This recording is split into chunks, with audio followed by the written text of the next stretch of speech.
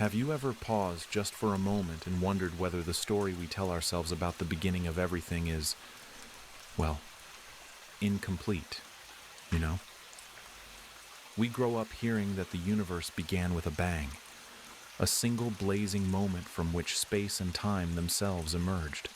But what if that bang was not the opening note of the cosmic symphony, but rather a dramatic change in tempo, a transition in a much longer, quieter melody that had already been playing? I suppose it's a curious thing because the question before the Big Bang feels almost forbidden, as though we are peering beyond the edge of a map marked "Here be dragons." And yet, that curiosity keeps returning, gently, persistently, like a thought you cannot quite put down before sleep. You see, in modern physics, the Big Bang does not necessarily describe creation from nothing. It describes expansion, a stretching of space. And that's the thing, if it is a stretching, then perhaps there was something already there to be stretched. Perhaps time itself did not suddenly switch on, but changed its character, like water freezing into ice, same substance, different form. When physicists ask what came before, they are not being poetic for the sake of it. They are following equations that whisper quietly that our familiar ideas of before and after may not apply in the way we expect. Maybe the universe existed in another state, another rhythm, long before light could travel freely. And when you let that thought settle, slowly, it does something rather profound. It reminds us that the universe is not obliged to fit neatly inside human intuition. We are small, after all, standing inside an immense story that may have no clear beginning, only chapters we have yet to learn how to read. Before we go on, I'd like to ask you to subscribe to the channel and leave a like. My aim here is simple, to help you drift off to sleep while exploring the wonders of science. Where are you on the map? Let me know where you are in the world and what time it is in the comments. It's always fascinating to see who's joining us from all around the world. So let's continue. Well, let us linger here for a while, right at the place where most stories about the universe are usually told to begin. You see, we are often taught that the Big Bang was the moment everything came into existence, a kind of cosmic ignition switch, flicked once, and then suddenly there was light, space, time, and possibility. But when you look closely, when you listen carefully to what the equations are actually saying, that picture begins to soften. The Big Bang, in the language of physics, is not a story about something appearing out of nothing. It is a story about expansion, about distance growing, about space itself stretching, gently at first, then more calmly as the universe ages. And that's the thing. If something is expanding, then logically, almost innocently, it suggests that there was already something there to expand. The mathematics we use to describe the universe does not contain a command that says, "Begin existence now." Instead, it describes how space behaves as we trace it backward in time. The density increases, the temperature rises, the distances shrink. Eventually, our equations reach a point where they stop being reliable, not because reality ends, but because our tools do. And this distinction matters. It means the Big Bang may mark the edge of our understanding rather than the edge of existence itself. Much like standing on a foggy shoreline, the sea does not stop where your vision fails. You simply cannot see beyond it. When cosmologists talk about the Big Bang, they are describing a hot, dense, early phase of the universe, not a creation event in the philosophical sense. It is a boundary in our models, a surface we cannot yet penetrate with known physics. And perhaps that is deeply human. To mistake the limits of our knowledge for the limits of reality, we do it all the time. We once thought the sky was a dome, that the Milky Way was the entire cosmos. Each time, the universe gently reminded us that it is larger, older, and more subtle than our first ideas allow. There is something quietly radical in realizing that the equations of general relativity do not demand an absolute beginning. They describe how space-time curves and evolves, but they do not insist that time itself must start at a particular moment. In fact, some solutions to these equations allow time to extend infinitely into the past. Others suggest that what we call the Big Bang might be a turning point rather than a starting line. And that changes the emotional tone of the story. It turns the universe from a sudden miracle into an ongoing process, a continuum rather than a spark. The Big Bang is often imagined as an explosion, but that image is misleading. Explosions happen in space. The Big Bang was an expansion of space, every region moving away from every other, not from a central point, but from everywhere at once. And if you follow that expansion backward, you do not arrive at a fireball sitting in empty darkness. You arrive at a state where space itself becomes extremely compressed.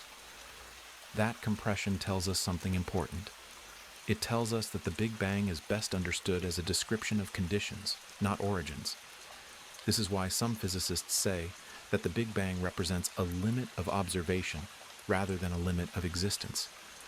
Our telescopes can see back to a time when the universe first became transparent, when light was finally free to travel without constantly scattering. Beyond that, the universe was opaque, filled with a hot plasma that trapped light. And earlier still, we can only infer what happened through indirect clues, through mathematics, through patterns written faintly into the cosmos.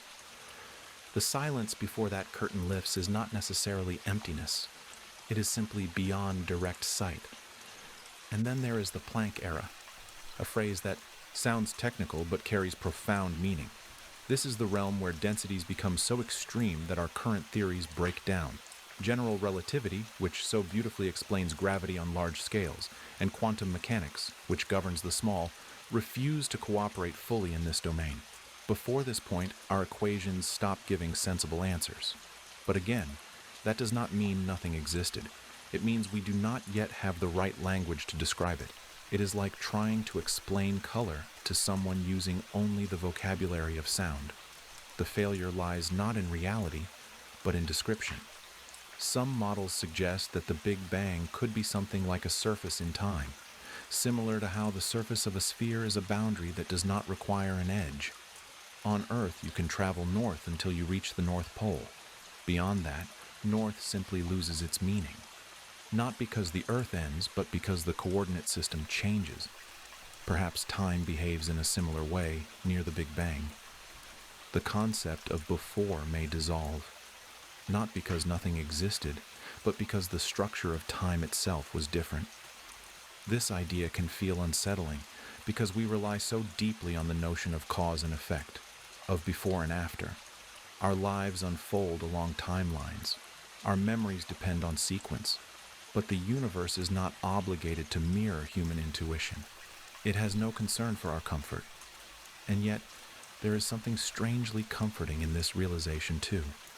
It suggests that existence is not fragile, not balanced on a single miraculous moment, but resilient, woven into the very fabric of reality.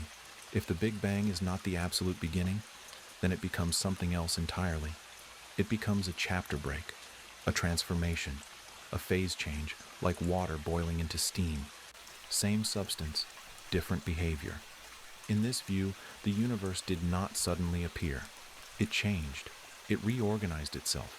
And that opens the door to a remarkable possibility that there may have been a universe before our universe, not separate, not disconnected, but ancestral in some profound way. This does not diminish the wonder of the cosmos. If anything, it deepens it. The story becomes longer, richer, more mysterious. We move from a universe with a single dramatic birth to one with a history that may stretch beyond our current imagination.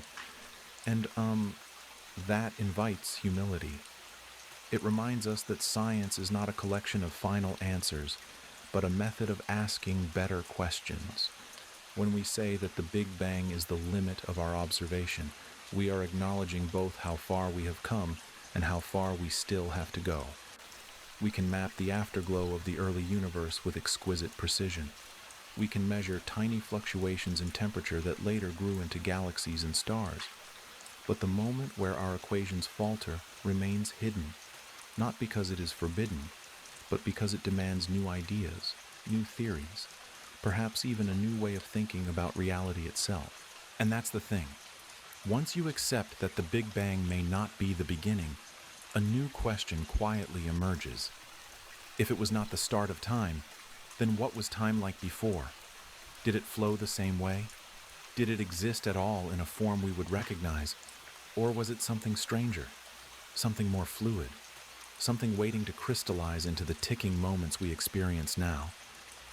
As we drift toward that question, we find ourselves naturally crossing into deeper territory, where time itself becomes the mystery, inviting us to wonder not just where the universe came from, but how the very notion of before might need to be gently reimagined. And so we drift naturally into a deeper question, one that feels almost unavoidable once the Big Bang loosens its grip as an absolute beginning. If that moment was not the birth of everything, then what about time itself? Did time begin there? Or was it already quietly flowing, unnoticed, in some unfamiliar form? You see, we are so used to thinking of time as a straight line, a river that starts at a source and moves steadily forward. Our lives are arranged that way, memory behind us, anticipation ahead. But the universe has never promised to respect the limits of human habit. In modern physics, time is not a background stage on which events unfold. It is part of the story itself. It bends, stretches, and responds to matter and energy. And that's the thing. If time is dynamic, if it can change, then it may not need a single starting point at all. Some models suggest that time could extend indefinitely into the past, just as space appears to extend indefinitely in every direction. In this view, the Big Bang is not the moment time switched on, but a moment when time, as we experience it, took on a new character. There is something quietly astonishing about that idea.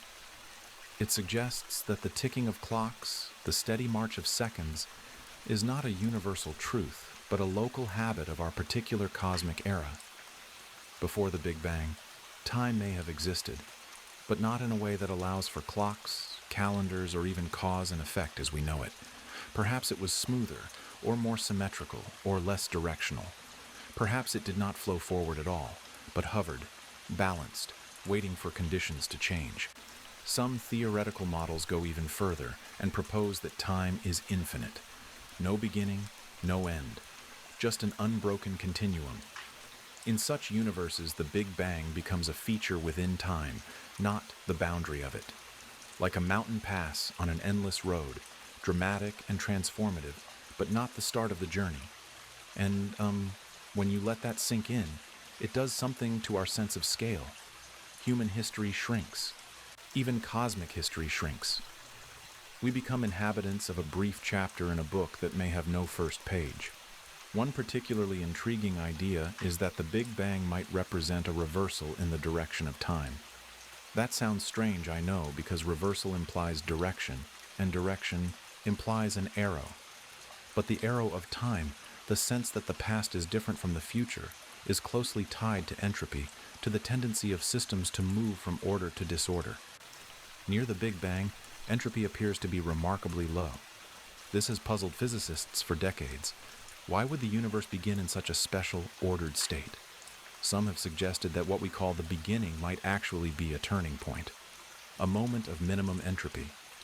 On one side of that moment, time flows in one direction. On the other side, it flows in the opposite direction. From the perspective of beings on either side, their own direction feels like forward. Their memories accumulate the same way ours do. Their clocks tick just as convincingly. But from a higher perspective, time branches outward from the Big Bang in two directions. If that were true, then the question of what came before becomes strangely symmetrical. There is no privileged direction, no absolute past, only different ways of labeling the same underlying structure. And that's the thing. This challenges something very deep in us. We are storytellers. We like beginnings.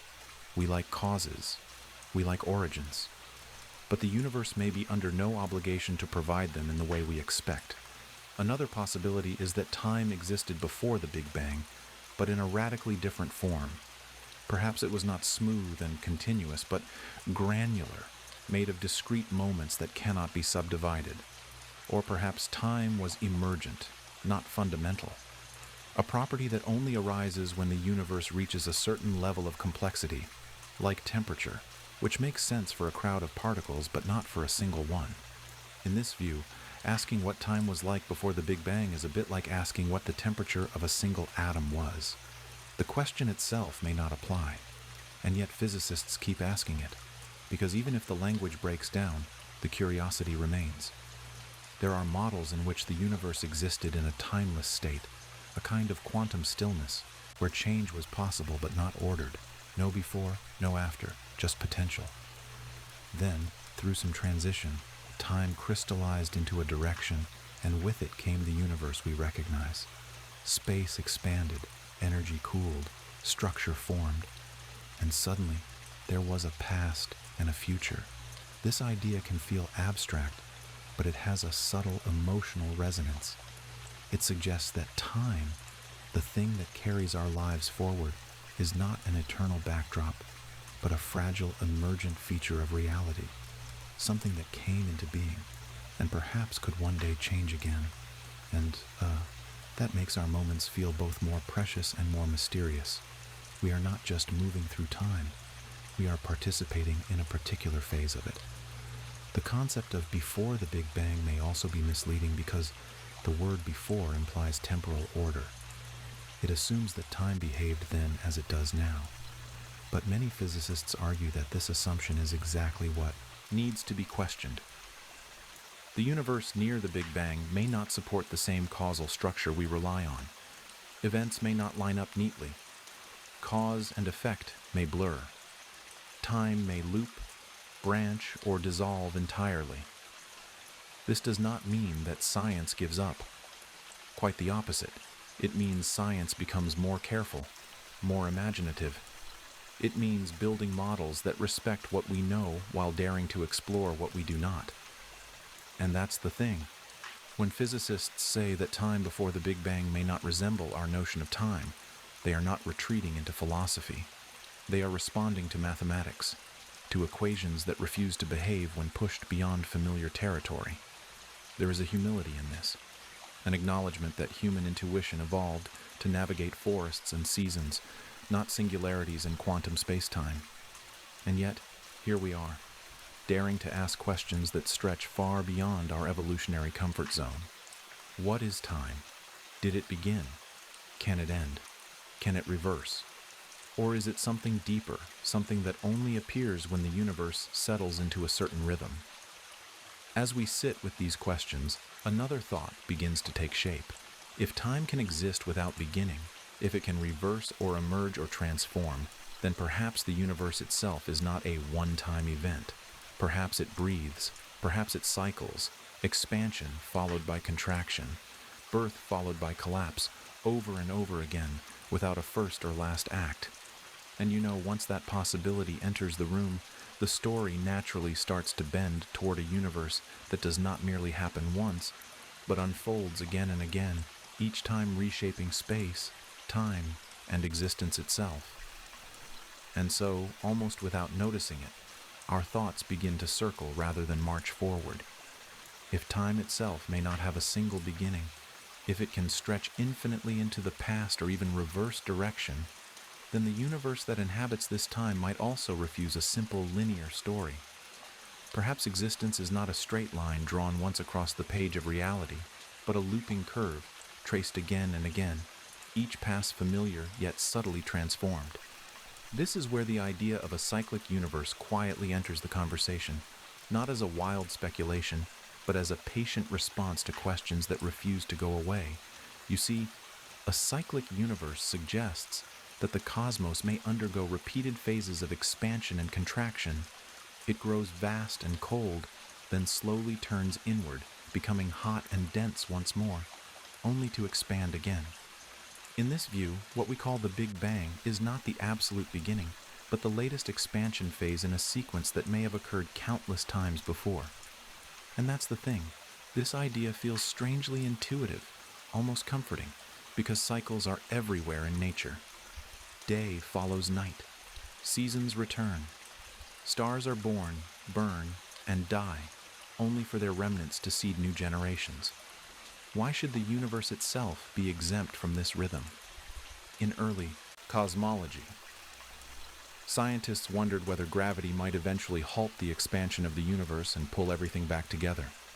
If there were enough matter and energy, the outward motion could slow, stop, and reverse. Galaxies would begin to approach one another, space would shrink, temperatures would rise. This final collapse was given a dramatic name, the Big Crunch, and for a time it was taken quite seriously as the possible fate of the cosmos. If a big crunch were to occur, then it naturally invites another question. What happens at the end of such a collapse? Does everything simply stop? Does time cease? Or could that extreme density trigger another expansion, another Big Bang? If so, then the end of one universe would be inseparable from the beginning of the next. Birth and death would blur into a single continuous process. And that is a powerful idea, because it removes finality from the universe. There is no ultimate ending, only transitions. Some cyclic models propose that each cycle lasts for an unimaginably long time, not millions or billions of years, but spans so vast that human language struggles to capture them.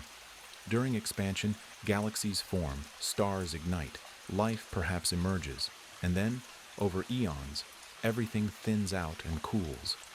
Eventually, the expansion slows. Gravity regains its influence. The universe begins to contract.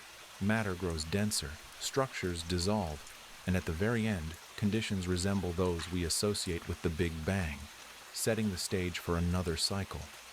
What is particularly striking is that in many of these models, there is no first cycle, no original universe, no initial bang that started it all.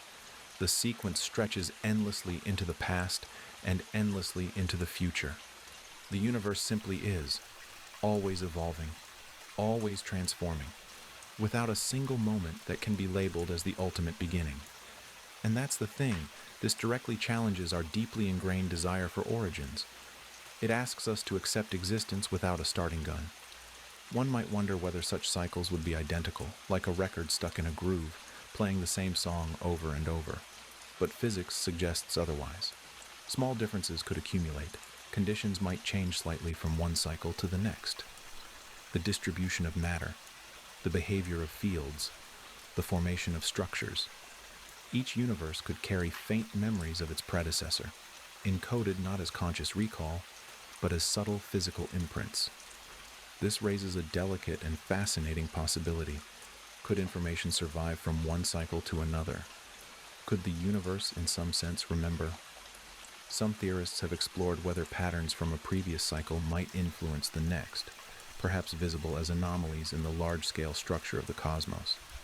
It is speculative, yes, but it shows how seriously these ideas are being considered. This is not myth dressed as science. It is science cautiously exploring the edges of what it can ask. Of course, there are challenges. One of the most persistent is entropy. The arrow of time, driven by the growth of disorder, seems to resist eternal cycles. If entropy increases with each cycle, then eventually the universe would become too disordered to reset. This problem has forced physicists to refine their models, to look for mechanisms that could effectively reset entropy, or redefine how it behaves on cosmic scales. Some approaches suggest that during contraction, entropy could be diluted or reorganized in ways we do not yet fully understand.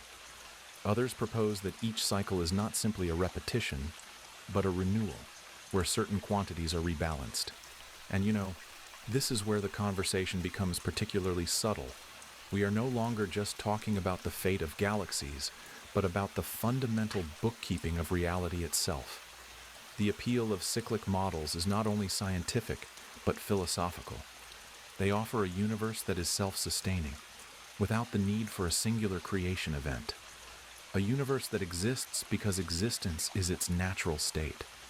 For some, this feels deeply satisfying. For others, deeply unsettling. But science is not in the business of comfort. It is in the business of coherence. And the question is whether these models can consistently explain what we observe. Observationally, our universe appears to be expanding at an accelerating rate. Dark energy seems to be pushing galaxies apart faster and faster. At first glance, this seems to argue against a future contraction. But some cyclic theories incorporate dark energy in dynamic ways. They suggest that its effects could change over time, perhaps weakening or reversing under conditions we do not yet fully grasp. The universe may be more adaptable than our current snapshots suggest. There is also a poetic symmetry in imagining the Big Bang as the aftermath of a previous big crunch. The same extreme densities, the same searing temperatures, the same breakdown of familiar physics. In this picture, the universe does not leap from nothingness into being. It transforms from one state into another. And that's the thing. Transformation feels more in tune with everything else we know about nature. As we explore these ideas, it becomes clear that the cyclic universe is not a single theory, but a family of related concepts. Some involve classical gravity, others invoke quantum effects, some imagine smooth transitions between cycles, others propose violent bounces, but they share a common intuition that the universe is not a one-act play, but a long-running performance with no clear opening night and no final curtain. There is something humbling in this. It suggests that our universe, with all its beauty and complexity, may be just one verse in an endless cosmic song. Not insignificant, but not unique either. And, that invites a different kind of wonder. Not the wonder of a miracle that happened once, but the wonder of a process that keeps going, endlessly creative, endlessly unfolding. From our small vantage point, it is difficult to imagine cycles lasting trillions upon trillions of years. Our lives are brief, even civilizations are fleeting, but the universe operates on scales that dwarf our intuitions. What feels eternal to us may be a fleeting phase to the cosmos, and what feels impossible may simply be unfamiliar. As the idea of a cyclic universe settles in, another question begins to press gently against the edges of our thinking. If cycles exist, if the universe contracts and expands repeatedly, what happens at the moment of transition? How does collapse become expansion? How does contraction avoid ending in a singular, featureless point? To answer that, physicists have proposed something even more specific, something that replaces the idea of a terminal crunch with a rebirth, a bounce rather than an end.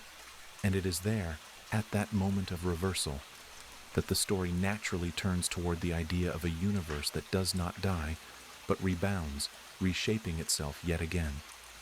And so we arrive at that delicate moment of transition, the place where a contracting universe must decide what it means to end. In the cyclic picture, everything slows, turns inward, collapses under its own gravity, until space itself is squeezed into an unimaginably dense state. For a long time, physics assumed that such a collapse would inevitably lead to a singularity, a point of infinite density, where all known laws fail completely. A full stop, a cosmic dead end. But gradually, quietly, another possibility began to take shape. What if the universe does not end in a singularity at all? What if, instead of breaking, it bends? What if collapse gives way to rebirth? This idea is known as the Big Bounce, and it replaces the drama of an ultimate ending with something more subtle and, in a way, more hopeful. In a bounce, the universe contracts until it reaches an extreme but finite density, and then, rather than collapsing into nothingness, it reverses direction and begins to expand again. The Big Bang, in this view, is not the beginning of existence, but the aftermath of a previous collapse. A rebound, a cosmic inhale following a very long exhale. You see, singularities are often signs that a theory has been pushed beyond its limits. In mathematics, infinities are warnings. They tell us that something essential is missing from our description. And that's the thing. When general relativity predicts a singularity, it may not be revealing a physical reality, but exposing its own incompleteness. Many physicists suspect that when gravity becomes extremely strong, quantum effects can no longer be ignored. Space and time themselves may resist being compressed beyond a certain point. In big bounce models, this resistance becomes crucial. Instead of allowing density and curvature to grow without bound, new physics steps in. quantum properties of space-time create a kind of pressure, not unlike the pressure that keeps atoms from collapsing. This pressure halts the contraction and triggers expansion. The universe bounces, not violently, but inevitably, guided by the deepest rules of reality. One of the most profound consequences of this idea is that there is never a moment when the universe does not exist. There is no instant of absolute nothingness, no blank page between chapters. Existence flows continuously, changing its form, but never disappearing. And that challenges something very old in human thought, the idea that everything must come from nothing. The bounce suggests a universe that is self-sustaining, never erased, never reset to zero. In this picture, the Big Bang becomes something far less mysterious and far more integrated into cosmic history. It is a phase, a transition, a moment when the universe shifts from contraction to expansion. From our perspective, looking backward, it appears as a beginning. But from a broader view, it is simply the middle of a much longer story. And that's the thing. Perspective matters. Where you stand determines what you call an origin. Before the Big Bang, then, there was a universe collapsing, galaxies drawing closer, space shrinking, temperatures rising, structures dissolving back into simpler forms. This pre-Big Bang universe may have looked very different from ours, but it was still governed by physical laws, still evolving, still real. The conditions were extreme, but not meaningless. They were part of a continuous process that led directly to the expansion we inhabit now. One might wonder whether anything from that previous universe could survive the bounce. Would all information be erased? Would the universe be reborn completely new? Or could traces of the past endure? Some models suggest that while most details would be washed away by the violence of the transition, certain large-scale features might persist. Subtle imprints, slight asymmetries, patterns that carry echoes of what came before. This possibility is tantalizing because it suggests that the universe might carry memories, not in any conscious sense, but encoded in its structure. Perhaps some of the anomalies we observe today, faint irregularities in cosmic radiation or unexpected correlations across vast distances, could be whispers from a previous cosmic epoch. It is a speculative idea, yes, but it shows how deeply the bounce concept reshapes our thinking. Another striking aspect of the Big Bounce is how it reframes the arrow of time. In a collapsing universe, entropy continues to increase. Disorder grows. But near the bounce, the behavior of entropy becomes subtle. Some models suggest that entropy reaches a maximum or becomes effectively reset as the universe transitions into expansion. This could explain why our universe began in such an unusually ordered state, not because it was created that way from nothing, but because it emerged from a process that naturally produces low entropy beginnings. This idea is deeply appealing because it removes the need for special initial conditions. The universe does not have to start in an unlikely state. Its apparent fine-tuning becomes a natural outcome of cosmic evolution. And that aligns beautifully with the broader philosophy of science, which seeks explanations that reduce coincidence and increase coherence. In Big Bounce cosmology, time does not stop at the bounce. It flows through it. The direction we call forward is defined by the growth of entropy, by the formation of structure, by the accumulation of memory. For observers on either side of the bounce, time feels normal. Clocks tick. Causes precede effects. Life, if it exists, experiences its own unfolding present. But from a more abstract perspective, the bounce is simply a smooth connection between two phases of the same universe. There is something profoundly elegant about this. The universe does not require a miraculous creation event. It does not need to appear suddenly from nothingness. It evolves, it transforms, it renews itself, again and again, perhaps endlessly. And that elegance carries emotional weight. It suggests a cosmos that is resilient, creative, and deeply consistent. Of course, these ideas are still being tested. Big bounce models arise from attempts to combine gravity with quantum theory. a task that remains incomplete. Different approaches produce different versions of the bounce. Some predict symmetric transitions, others allow for subtle asymmetries. Some suggest that physical constants could change slightly from one cycle to the next. Others preserve them exactly. The diversity of models reflects both the richness of the idea and the uncertainty of our current understanding. Yet, even in uncertainty, there is progress. These models make predictions. They suggest signatures that might one day be observed, perhaps in the distribution of cosmic structures or in primordial gravitational waves. Science advances not by declaring answers, but by proposing ideas that can be challenged. And the Big Bounce is very much an idea that invites challenge. What is perhaps most striking is how naturally the Big Bounce emerges, once we abandon the insistence on singular beginnings. As soon as we allow space-time to have structure at the smallest scales, as soon as we accept that quantum effects may protect reality from infinite collapse, the bounce feels less like an invention and more like a consequence. A universe that contracts will eventually resist. A universe that resists will rebound. And that's the thing. Resistance is built into nature. Matter resists compression. Energy resists confinement. Even space-time, it seems, may resist being crushed beyond recognition. The Big Bounce is simply that resistance expressed on the largest possible scale. As we imagine a universe passing through such bounces, we are led gently toward an even stranger idea. Near the bounce, space and time may not behave in any classical sense at all. They may dissolve into something more fundamental, something governed by quantum rules rather than geometric ones. The smooth fabric of space-time could fray into discrete elements, fluctuating, uncertain, existing in many possible states at once. And it is there, in that extreme regime near the bounce, where density peaks and familiar concepts blur, that the story naturally begins to shift again.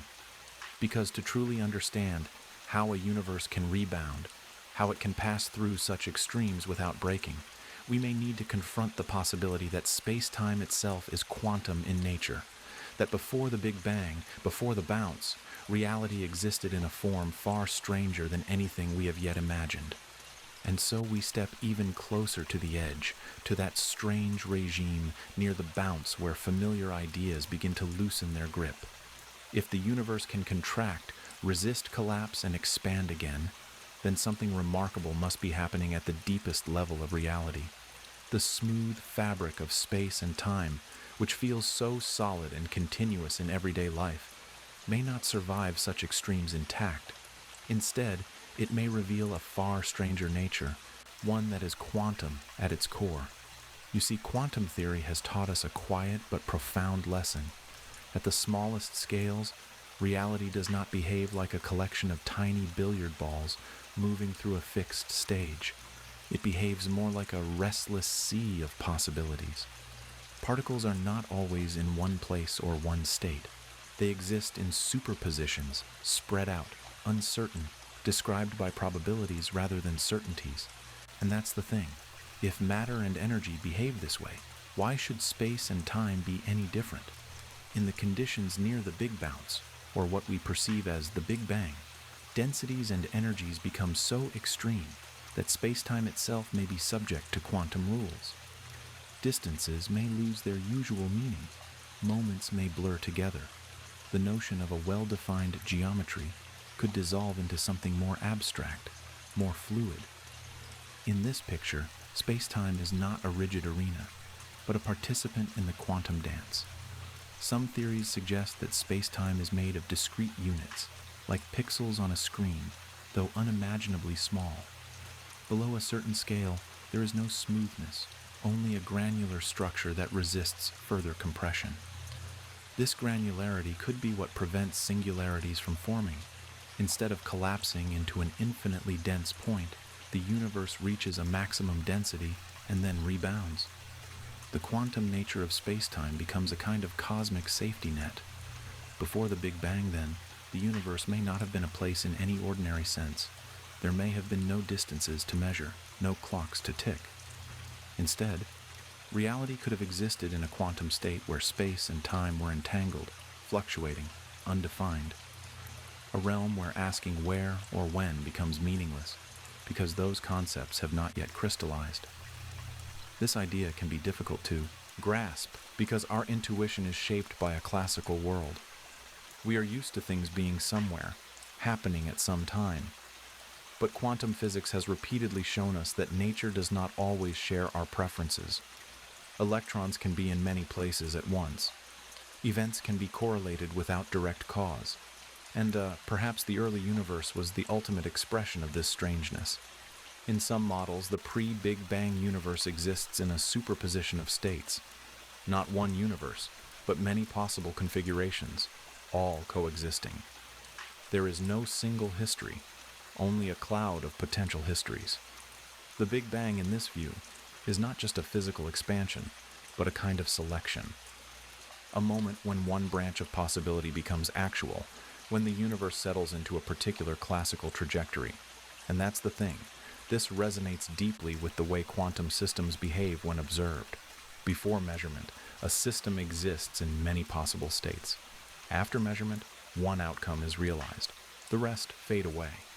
Perhaps the Big Bang was something like a cosmic measurement, not performed by an observer, but by the dynamics of reality itself.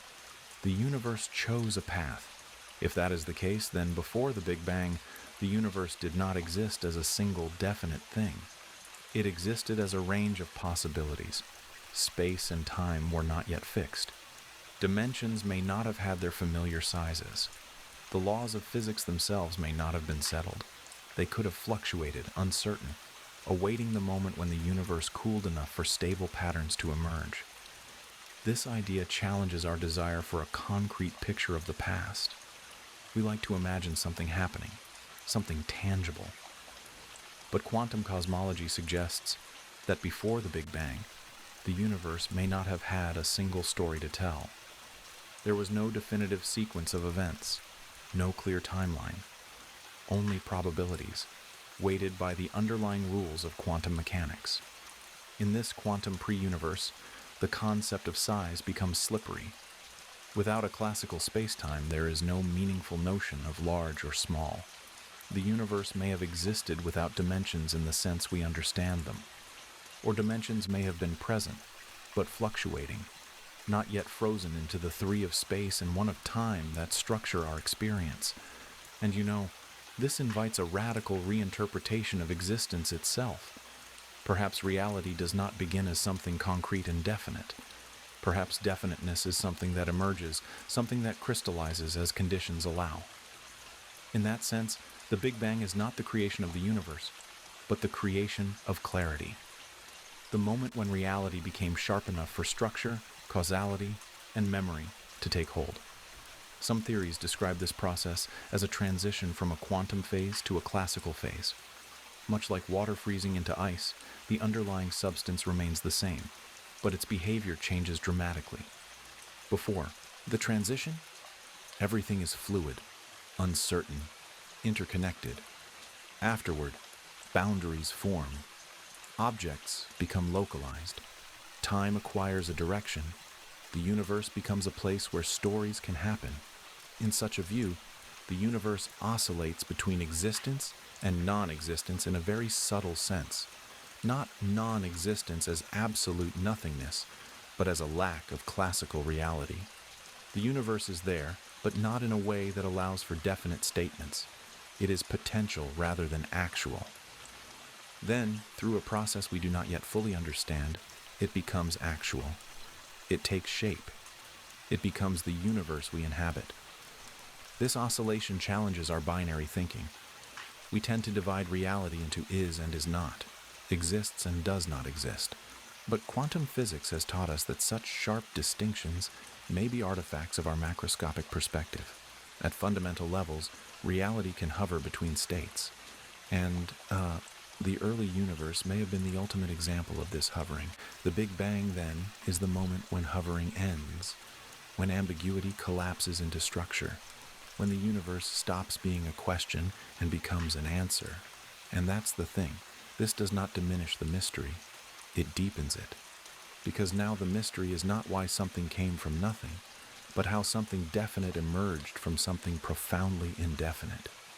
As the universe expands and cools after this transition, quantum fluctuations are stretched across vast distances. Tiny variations in density become the seeds of galaxies and stars. The quantum past leaves fingerprints on the classical present. In this way, the universe carries within it a record of its own quantum origin, written subtly into the distribution of matter and energy. This perspective also reshapes how we think about causality. In a quantum regime, cause and effect may not be neatly ordered. Events can be correlated without a clear temporal sequence. The notion of before and after may lose meaning. Only when the universe enters its classical phase does causality settle into the familiar pattern we experience. And you see, this brings us back to time. In a quantum space-time, time may not exist as a separate dimension at all. It may be an emergent property, arising only when the universe becomes classical enough to support change and memory. Before that, there is no ticking clock, no flow from past to future. There is only a static landscape of possibilities. This idea is unsettling, but also strangely elegant. It suggests that time is not fundamental, but derivative, a useful concept that emerges under certain conditions. And that aligns with the growing suspicion among physicists that many features we take for granted are not woven into the fabric of reality, but stitched on later as the universe evolves. If space-time is quantum, then the vacuum itself is not empty. Even before the Big Bang, even in the absence of particles in classical geometry, there may have been a restless background of energy and fluctuation, a quantum vacuum, rich with potential, seething with activity. Not nothing, but not something in the everyday sense either. And it is here, in this notion of a quantum vacuum, that the story begins to pivot again. Because if the vacuum is active, if it contains energy, if particles can appear and disappear within it, then perhaps the universe did not need a bounce or a cycle to emerge.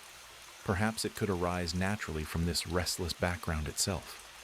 As we follow that thought, gently, curiously, we find ourselves moving toward an idea that sounds paradoxical at first, but becomes increasingly compelling the longer we sit with it. The idea that even nothing in physics is never truly empty at all. And so the idea settles gently into place, this realization that even when space-time dissolves into quantum uncertainty, even when classical reality has not yet taken shape, there is still something there, not emptiness, not silence, but a restless background, alive with fluctuation. This is where one of the most counterintuitive insights of modern physics quietly overturns centuries of intuition. In physics, nothing is not nothing. The vacuum itself is active, energetic, endlessly creative. When we hear the word vacuum in everyday language, we imagine emptiness, a void, the absence of everything. But the quantum vacuum is nothing like that. It is the lowest energy state of a field, yes, but lowest does not mean zero. Fields cannot be perfectly still. Quantum uncertainty forbids it. Even in the deepest vacuum, fields fluctuate. Energy ripples briefly into existence, and then fades away again. And that's the thing. This restless activity is not an exception. It is the rule. Particles can appear spontaneously from the vacuum, borrowing energy for a fleeting moment, only to vanish again.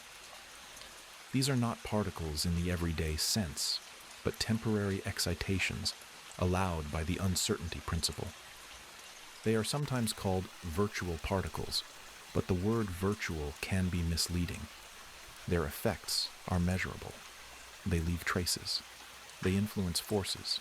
They shift energy levels. The vacuum is alive with invisible motion. This means that the background state of reality is not empty space waiting to be filled. It is a dynamic ocean of potential. Even when there is no matter, no radiation, no classical space-time structure, there is still energy. And, that changes everything about how we think of beginnings. Because if the vacuum already contains energy, already fluctuates, then it can do things. It can evolve. It can transform. Some cosmological models suggest that the universe itself could emerge from such a vacuum state, not from nothingness, but from this energetic background. A small fluctuation, amplified under the right conditions, could grow. Space could begin to expand. Time could emerge as a meaningful parameter. The universe would not need to be created. It would simply happen, as a natural consequence of the laws governing the vacuum. In this view, before the Big Bang, there may have been no classical universe, no galaxies, no stars. But there was a quantum vacuum, not static, not inert, a sea of fields, fluctuating endlessly. And that's the thing, if you allow such a vacuum to exist, then the emergence of universes becomes less mysterious. It becomes something like a phase transition, similar to how bubbles form in boiling water. The vacuum, in quantum field theory, is not unique. There can be different vacuum states, each with different properties. Some are more stable than others. A vacuum can decay into a lower energy state, releasing energy in the process.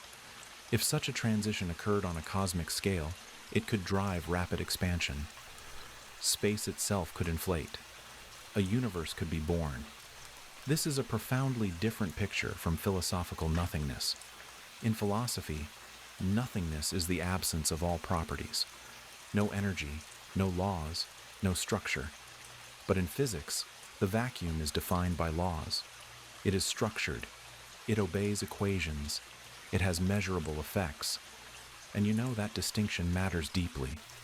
When physicists say the universe could come from nothing, they mean nothing in the physical sense, not the philosophical one. Before the Big Bang, then, the universe may have existed as a quantum vacuum, a dynamic baseline state. No particles in the classical sense, no space-time as we know it, but still something, still governed by physical principles, still capable of change. The universe did not emerge from absolute absence. It emerged from a restless foundation. This idea also reframes the question of why there is something rather than nothing. Perhaps nothing, in the absolute sense, is not a stable option. Perhaps the laws of quantum physics forbid true nothingness. A universe may be inevitable. If fields exist, if quantum uncertainty exists, then fluctuations will occur. And given enough time, some of those fluctuations will grow. The appearance and disappearance of particles in the vacuum may seem trivial on small scales, but over cosmic scales, under the right conditions, they can have enormous consequences. A tiny imbalance, a slight instability, and suddenly, a region of vacuum begins to expand, pulling space-time along with it. Matter and energy emerge as the expansion continues. A universe takes shape. And that's the thing. This process does not require a starting moment in time. The vacuum could exist eternally. It does not age. It does not evolve in the way matter does. It simply is. Universes could appear within it, grow, cool, perhaps fade, while the vacuum remains. In this sense, the vacuum becomes the true backdrop of existence, more fundamental than space-time itself. In some models, our universe is just one such fluctuation, one bubble in a vast quantum sea. Its Big Bang marks the moment when its local region began to expand and cool, not the creation of everything that exists. Other regions could undergo similar transitions, giving rise to other universes with their own histories and properties. This picture can feel unsettling because it strips away the specialness of our beginning, but it also offers a strange kind of comfort. It suggests that existence is not precarious. It does not depend on a single miraculous event. It flows naturally from deeper principles. The universe is not an exception. It is an expression. The quantum vacuum also blurs the line between existence and non-existence. A particle can be absent, then present, then absent again. Energy can fluctuate without violating conservation, as long as the timescales are short enough. The vacuum is a place where the rules we rely on become flexible, probabilistic, and that flexibility may be exactly what allows universes to arise. If the universe emerged from such a vacuum, then asking what was before the Big Bang becomes a matter of understanding the vacuum itself. What fields exist? What laws govern them? Why the vacuum has the properties it does? These are not metaphysical questions. They are physical ones, though extraordinarily difficult. It also means that the phrase nothing has been quietly retired from serious physics.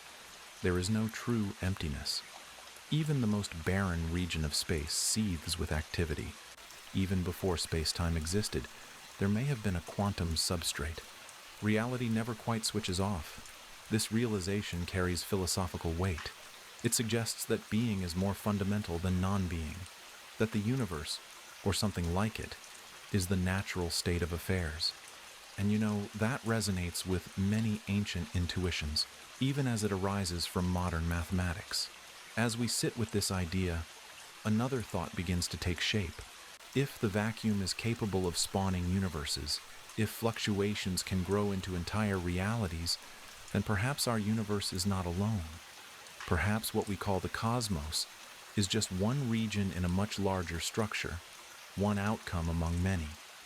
The question then is not just what happened before the Big Bang, but how many Big Bangs there may be, unfolding across a vast and timeless background.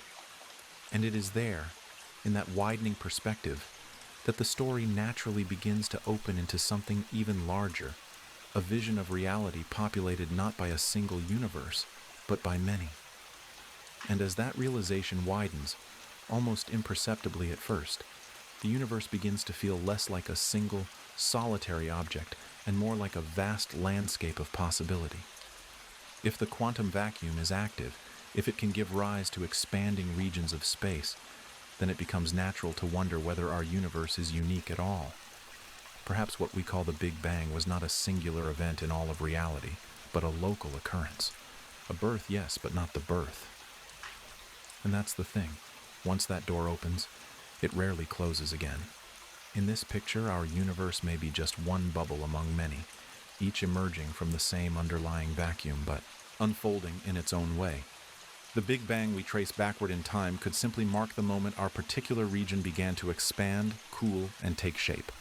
Elsewhere, beyond the reach of our telescopes and perhaps beyond the reach of space-time as we know it, other regions could have undergone their own Big Bangs, each carving out its own cosmic story.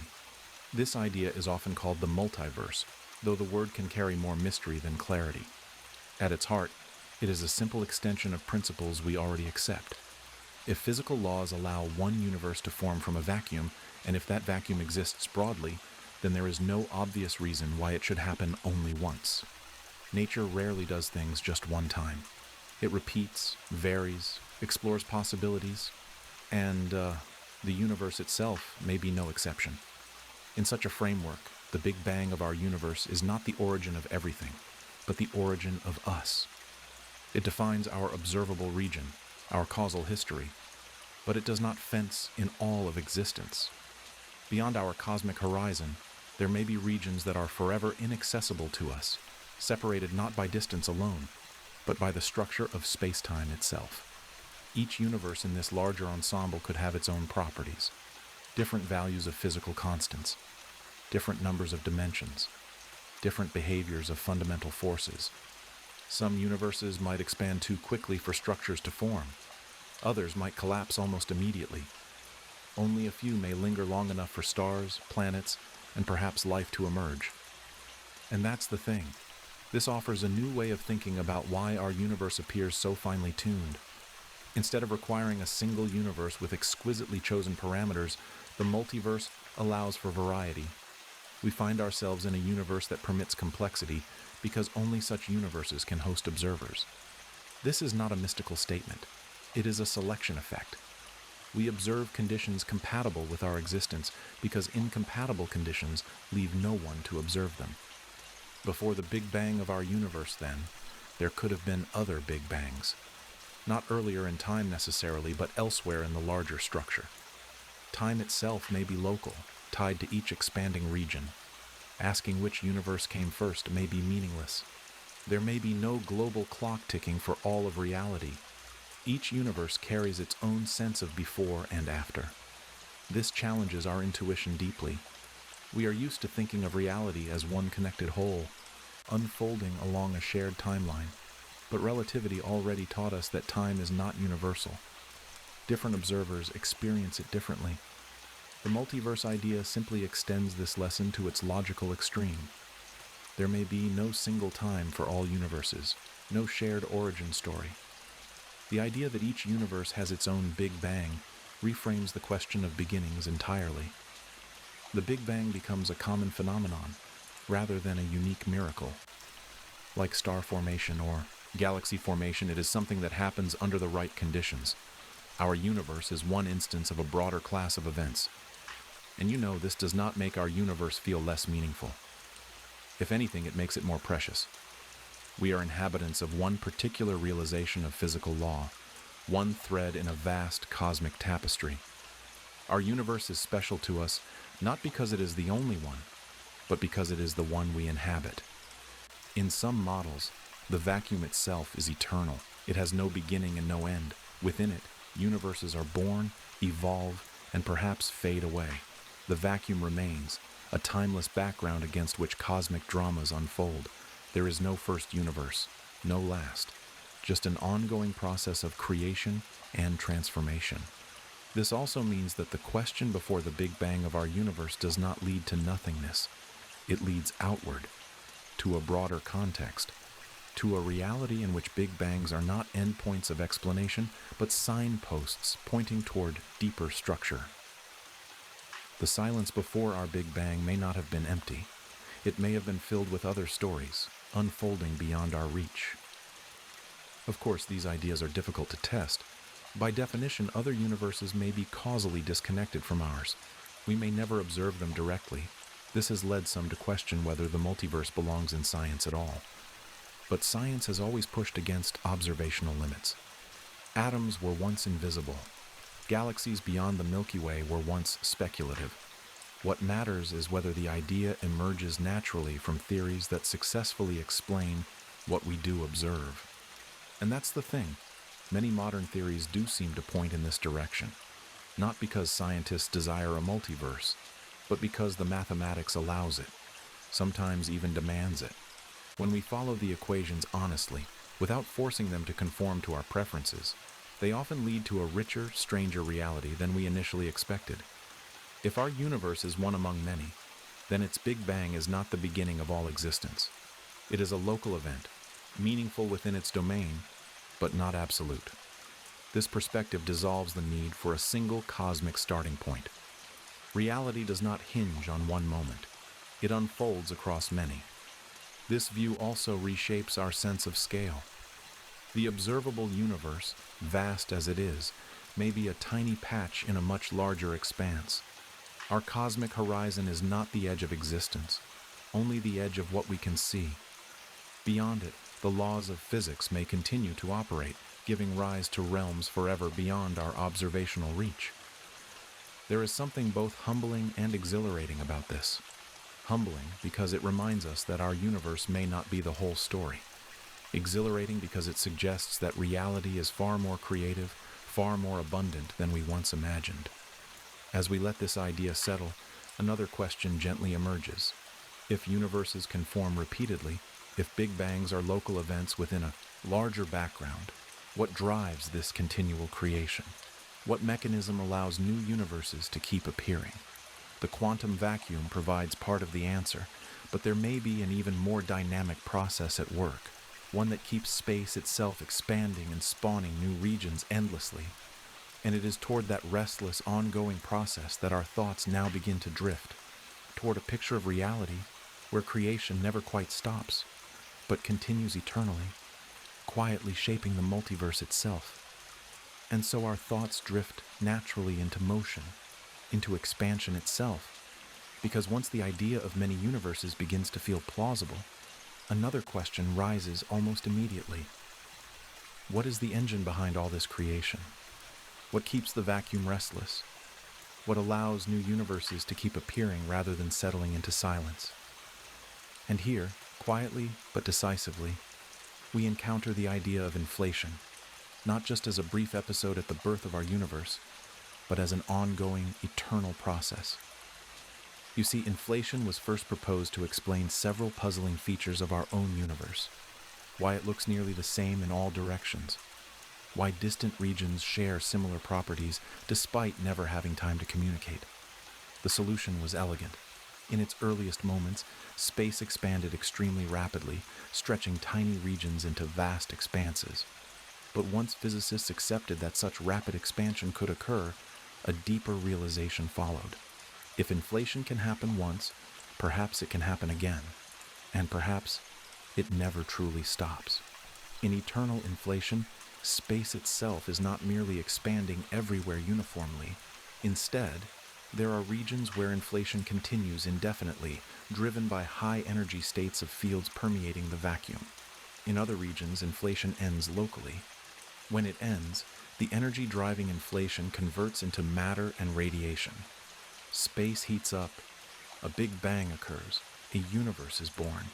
But elsewhere, inflation goes on. And that's the thing. This process does not require a global beginning or end. Inflation can be eternal into the future, continuously spawning new universes, and in some models, eternal into the past as well. There is no single moment when everything began. There is no master clock ticking for all of reality. Creation is local, ongoing, and endless. In this picture, our Big Bang marks the end of a local inflationary phase. It is not the start of everything. It is the moment our region stopped inflating and began evolving more gently. From within our universe, it looks like a beginning.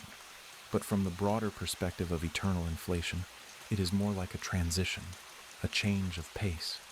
You can imagine inflation as a vast ocean of expanding space, with bubbles constantly forming within it. Each bubble is a universe. When a bubble forms, inflation ends inside it but continues outside. The ocean grows larger even as bubbles pinch off from it. And the process never runs out of space or energy because the expansion of the inflating regions outpaces the formation of bubbles. Our universe, in this analogy, is one such bubble. Its boundary is not a wall we could reach, but a limit set by the speed of light and the expansion of space itself. Beyond that boundary, inflation may still be occurring, generating other universes with their own big bangs, their own laws, their own histories. This means that the question before the Big Bang of our universe has a surprisingly simple answer. Inflation. A state of space driven by high-energy fields, expanding exponentially, smoothing out irregularities, setting the stage for the emergence of universes. The Big Bang was not the ignition. It was the cooling down. In eternal inflation, space is never fully at rest. Even when a universe like ours forms, inflation continues elsewhere. There is no final state where creation ceases. The multiverse keeps growing, fractal-like, endlessly branching. And that's the thing, this is not poetry. It is what the mathematics suggests when certain reasonable assumptions are made. One of the most striking aspects of eternal inflation is that it provides a natural mechanism for generating a multiverse. We do not need to assume many universes by hand. They emerge inevitably from the dynamics of inflation. If inflation starts anywhere, it will never completely stop everywhere. Some regions always remain inflating. This also reshapes our understanding of time. In eternally inflating space, time may not be globally well defined. There is no universal now. Each region experiences its own local arrow of time. Asking when the multiverse began may be as meaningless as asking where the edge of space is. The structure itself does not demand a beginning. Some physicists have explored whether eternal inflation could extend infinitely into the past. Others argue that even inflation must have had a starting condition. The debate is ongoing. But what is clear is that eternal inflation weakens the idea of a unique cosmic origin. Even if inflation had a beginning, it would still generate a vast ensemble of universes, dwarfing the significance of any single one. In this framework, our universe is not central. It is not privileged. It is one realization among many. And this can feel unsettling because we are used to placing ourselves at the heart of the story. But science has repeatedly shown us that the universe is not built around human intuition. It is built around consistency. Eternal inflation also offers a context for understanding why physical constants take the values they do. If different regions of the multiverse settle into different vacuum states, then each universe could have different laws. Some values allow complexity, others do not. We find ourselves in a universe with hospitable laws because only such universes permit observers. This does not remove mystery, it relocates it. Instead of asking why the universe is this way, we ask why the underlying theory allows such a wide range of possibilities. And that is a question that drives physics forward rather than closing it down. The idea that space itself continues to create new universes also transforms our picture of existence. Creation is not an event in the distant past. It is happening now, just not here. Somewhere beyond our horizon, inflation may be ending, bubbles may be forming, new universes may be igniting in their own big bangs, even as ours quietly ages. There is a strange beauty in that thought, a cosmos that is never finished, a reality that keeps experimenting, exploring its own possibilities. Eternal inflation suggests a universe that is fundamentally creative, not static, not settled. Of course, this idea raises profound challenges. How do we test it? How do we assign probabilities in an infinite multiverse? How do we define what is typical? These are deep problems, still unsolved. But difficulty has never been a reason to stop asking questions. It has always been a reason to ask better ones. What matters is that eternal inflation emerges naturally from theories that already explain much of what we observe. It is not an ad hoc invention. It is a consequence. And that's the thing, when a theory leads you somewhere unexpected but coherent, you pay attention. In eternal inflation, there is no shared origin for all universes. There is no cosmic starting gun. There is only an ongoing process. Space expands, inflation ends locally, universes form. And the background continues, indifferent to any single outcome. This view dissolves the idea of a first moment. There may be no before in any absolute sense, only regions at different stages of a perpetual process.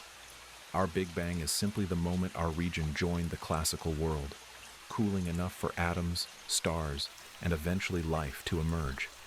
And yet, as compelling as this picture is, it leaves us with a quiet unease. If other universes exist, if inflation continues beyond our horizon, can we ever know? Can any trace of this grand process be detected from within our tiny bubble?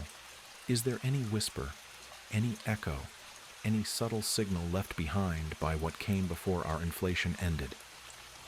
As these questions gather, we find ourselves leaning naturally toward observation, toward evidence, toward the possibility that the universe itself may carry faint fingerprints of its deeper history.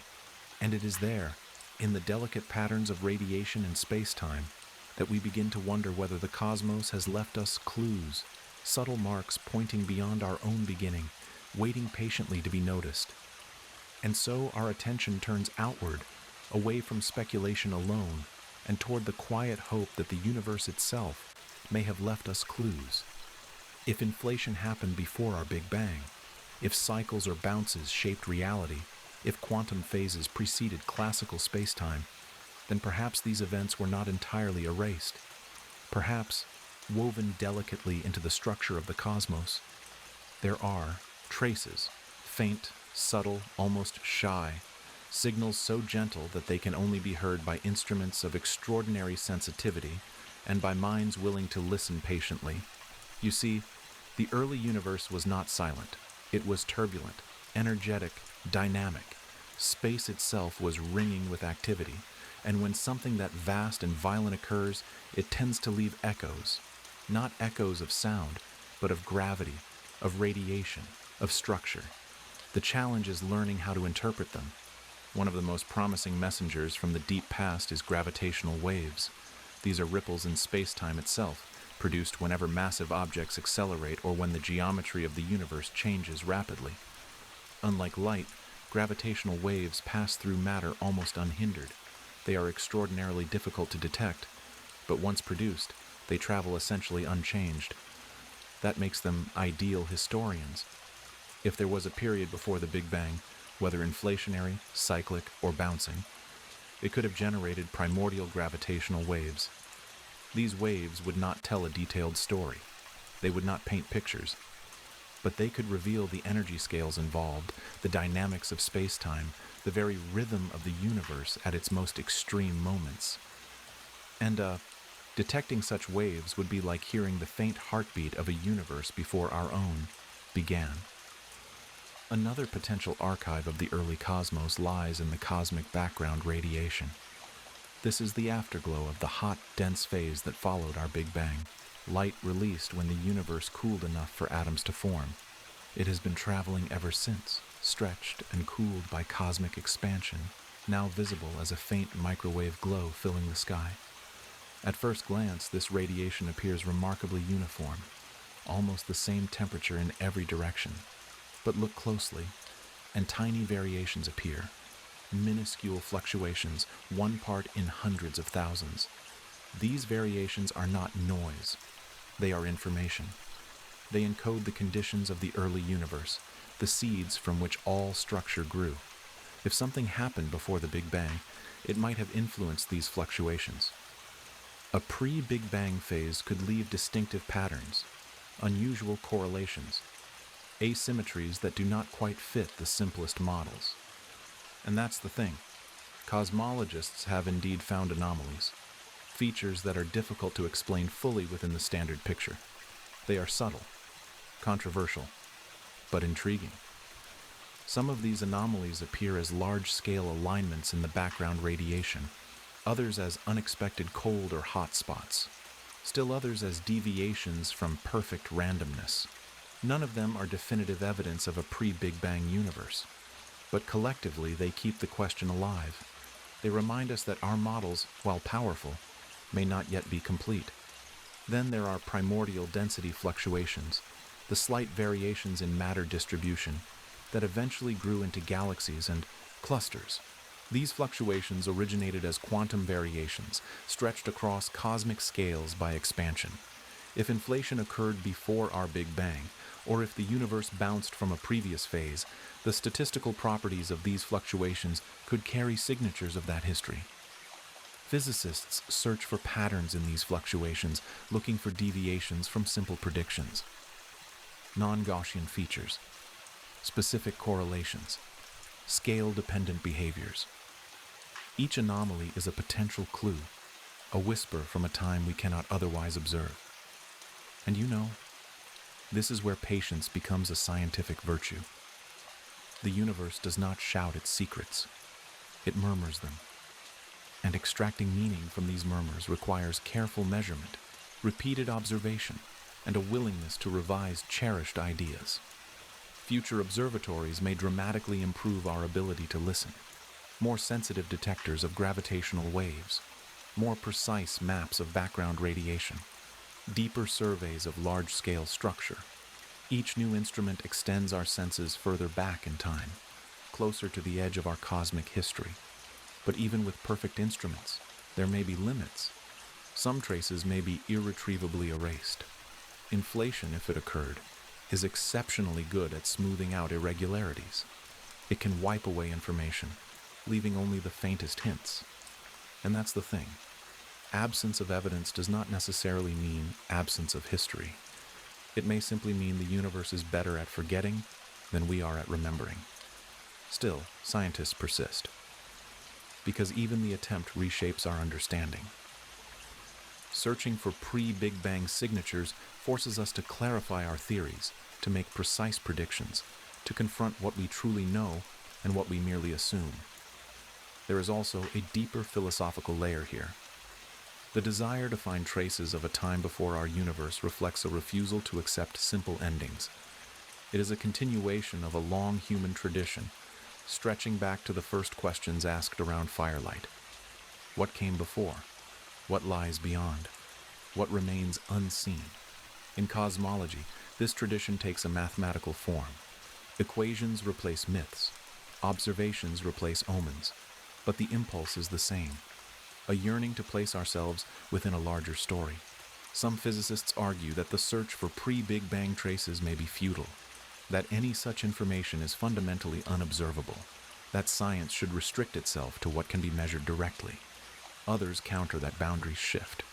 What is unobservable today may be accessible tomorrow. History favors the optimists. And, There is something deeply human about that optimism. It is the belief that the universe is not deliberately hiding, that it can be understood, at least partially, if we are willing to listen carefully enough.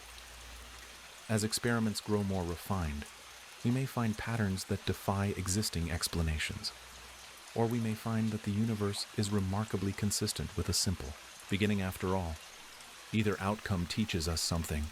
Either way, the act of looking matters, because even if we never detect a definitive trace of a universe before ours, the search itself expands the scope of science. It pushes us to develop new tools, new theories, new ways of thinking. It forces us to confront the limits of knowledge honestly. And this brings us gently to another realization. There may be questions that science cannot answer fully, not because they are meaningless, but because they lie beyond empirical reach. The universe may have chapters we cannot read directly, only infer imperfectly. Recognizing those limits is not a failure, it is a form of wisdom. It tells us where certainty ends and wonder begins. And as we approach that boundary, we find ourselves reflecting not just on what the universe is, but on how we come to know anything at all. The search for traces of a pre-Big Bang universe thus becomes a mirror. It reflects back our assumptions, our methods, our hopes.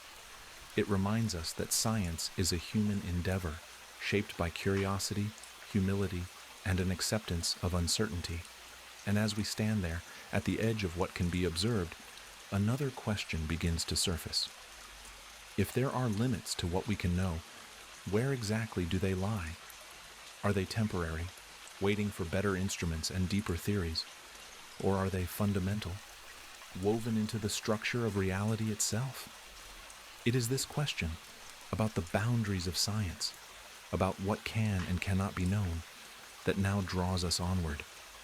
Because to understand what the universe might hide before the Big Bang, we must first understand the reach and the limits of the tools we use to ask the question in the first place. And so we arrive at a quieter place in the journey, not quieter because the questions are smaller, but because we begin to sense the edges of what our current tools can reach. After wandering through cycles, bounces, quantum vacuums, multiverses, and eternal inflation, we find ourselves facing a simple but humbling realization. There are limits, not just practical limits, but conceptual ones. Boundaries where our most successful theories begin to falter, where equations lose their grip on reality, and where certainty gently dissolves into informed speculation. At the heart of this difficulty lies a gap that has haunted physics for more than a century. We have two extraordinarily successful frameworks for understanding the universe. One describes the very large, gravity, space-time, the motion of galaxies. The other governs the very small, particles, fields, probabilities, quantum uncertainty. Each works beautifully in its own domain, and yet, when we try to apply them together, especially near the Big Bang or any proposed before, they refuse to cooperate.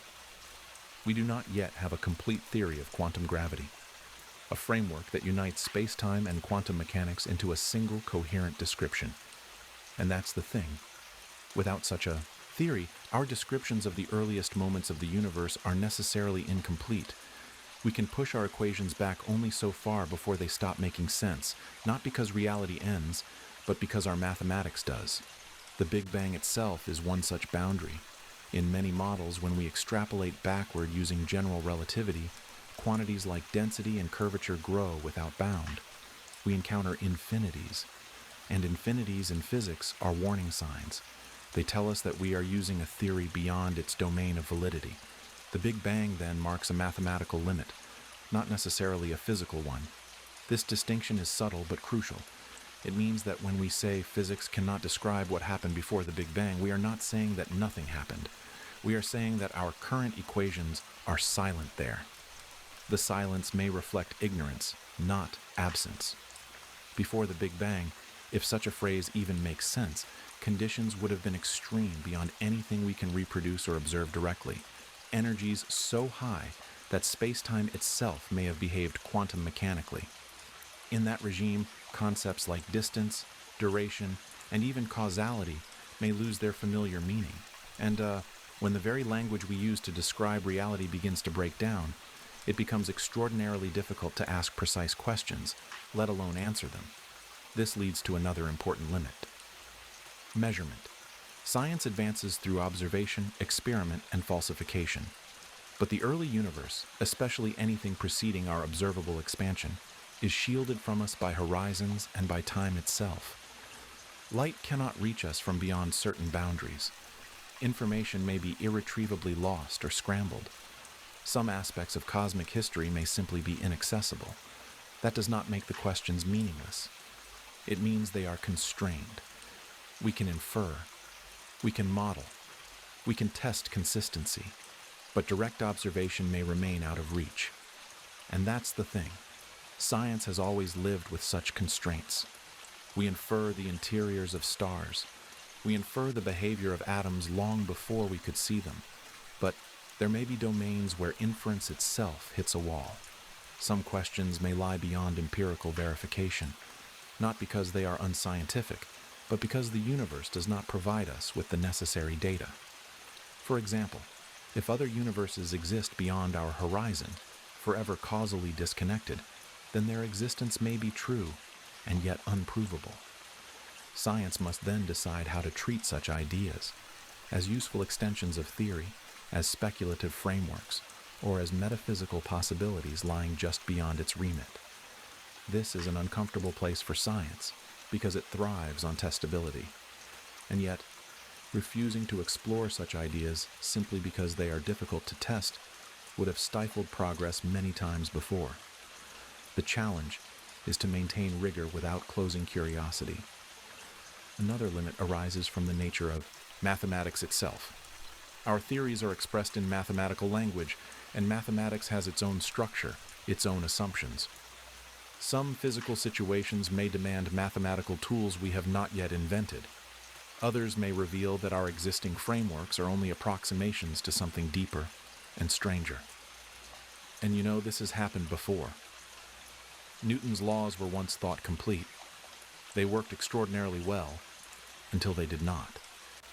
Relativity and quantum mechanics emerged not by rejecting Newton, but by revealing its limits. Similarly, our current cosmological models may one day be seen as approximations, valid within a certain range, but incomplete at the deepest levels. There is also a psychological limit, one we rarely acknowledge explicitly. Human intuition is shaped by survival on a small planet, at moderate speeds, over short timescales. The universe operates on scales that are utterly alien to this intuition.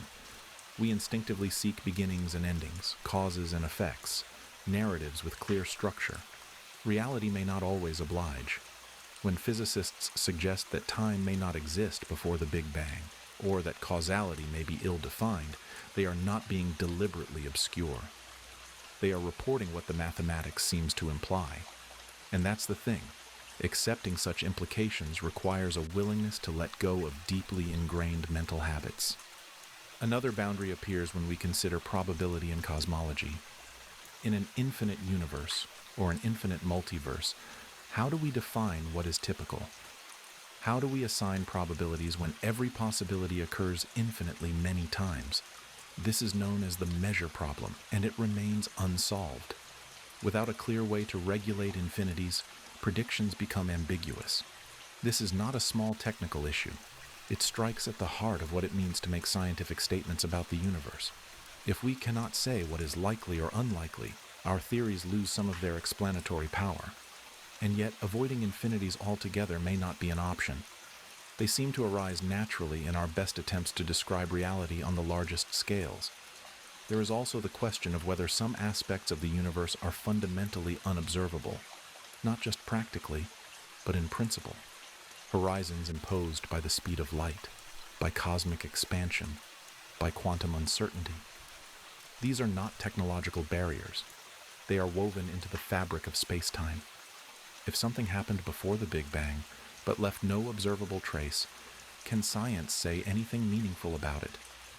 Some argue no.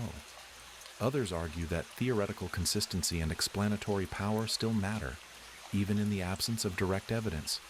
The debate is ongoing and healthy, and Perhaps this is where humility becomes essential. Science is not a claim to omniscience.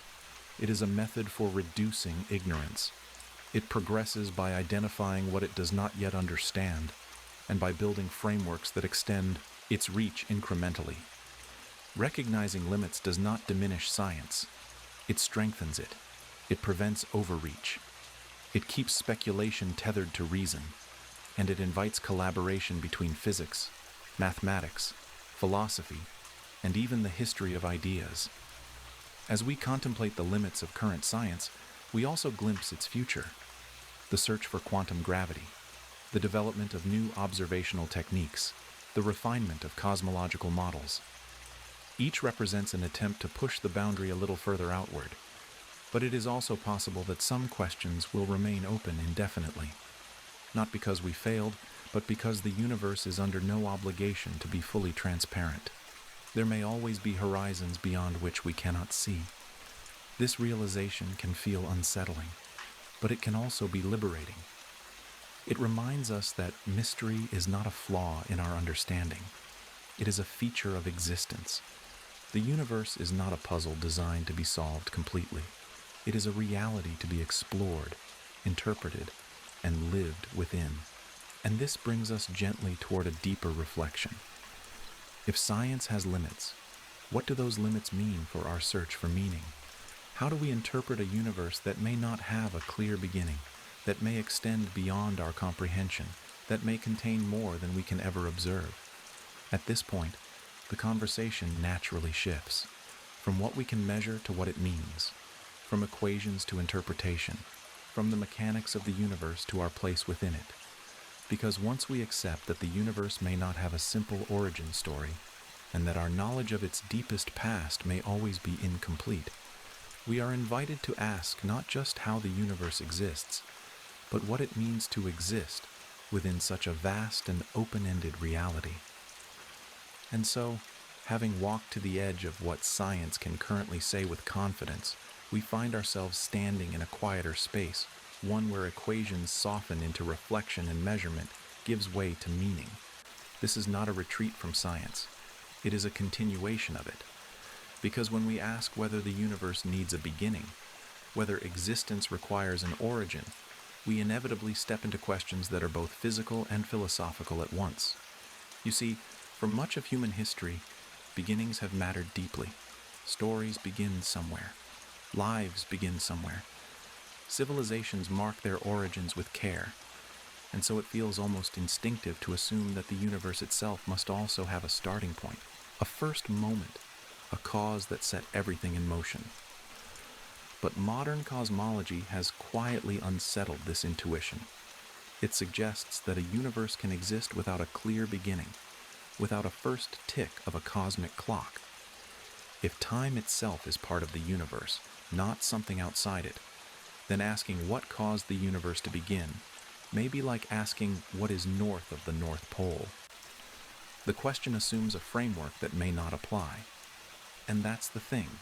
This does not make the universe absurd or meaningless. It simply means that our categories, shaped by everyday experience, may not be fundamental. In some models, the universe exists as a continuous process. No absolute start, no final end, just transformation, expansion giving way to contraction, quantum phases becoming classical, order emerging, dissolving, and re-emerging again. In such a universe, existence does not need justification through an initial cause. It is its own context. This challenges one of the oldest philosophical assumptions, that everything that exists must have a cause. Causality works beautifully within time. Events lead to other events. But if time itself is emergent, or if it behaves differently near the deepest levels of reality, then causality may not apply in the way we expect. The universe may not have a cause in the traditional sense, because cause and effect are features of the universe, not prerequisites for it. And this is a deeply unsettling idea for some, because it removes a familiar anchor, but it can also be strangely liberating. It suggests that existence does not rest on a fragile foundation. It does not depend on a single moment that might have gone differently. It simply is. When physicists say that the universe may not need a beginning to exist, they are not denying mystery. They are relocating it. The mystery is no longer why something came from nothing, but why the universe has the structure it does, why the laws of physics take their particular form, why reality is intelligible at all. The concepts of before and after, so central to human thought, may be emergent as well. Our brains are exquisitely tuned to sequence. We remember the past. We anticipate the future. But in cosmology, especially near the Big Bang, or in models without a beginning, before and after can lose their meaning. They may be perspectives rather than absolutes. In a timeless or cyclic universe, the distinction between past and future may be local, not universal. Entropy gives time its arrow within our cosmic epoch, but that arrow may reverse, dissolve, or reappear under different conditions. And that's the thing. If time is not fundamental, then our experience of it becomes something to be explained, not assumed. This shifts the focus of meaning. Instead of asking where everything started, we ask how structure, complexity, and experience arise within an ongoing reality. Meaning becomes something that emerges, not something imposed at the beginning. Some worry that a universe without a beginning undermines purpose. But perhaps it does the opposite. In a universe that does not require a starting point, meaning is not handed down from an initial event. It is created locally, through relationships, through processes, through consciousness itself. This echoes a quiet truth from biology. Life does not need a single purpose written into its first molecule. Purpose emerges through evolution, through interaction, through adaptation. Perhaps the universe is similar. Its meaning is not fixed at the start. It unfolds. The idea that before and after may be human constructs rather than cosmic absolutes also invites humility. It reminds us that our perspective is limited. We experience reality from inside a particular phase of the universe, with particular laws and particular conditions.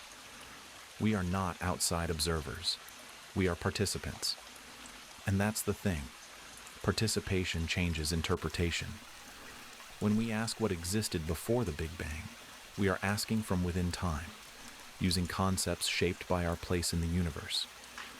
The answer may not fit neatly into those concepts, not because it is wrong, but because our questions are incomplete. Philosophers have long debated whether existence requires an explanation at all. Some argue that existence is a brute fact. Others seek deeper principles. Modern cosmology does not resolve this debate, but it enriches it. It shows us that existence can be coherent, structured, and law-governed without a clear origin point. In this light, the Big Bang does not lose its significance.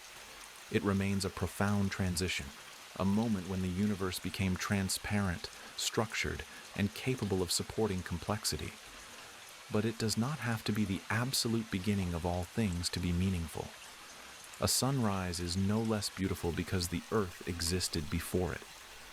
The realization that before and after may be emergent also affects how we think about ourselves. Our lives feel linear. Birth, aging, death.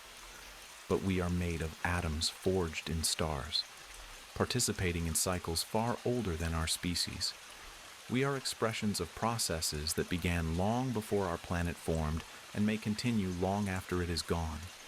In a universe without a single beginning, our existence is not an anomaly. It is a natural outcome. Consciousness arises where conditions allow it. Meaning arises where minds reflect on experience.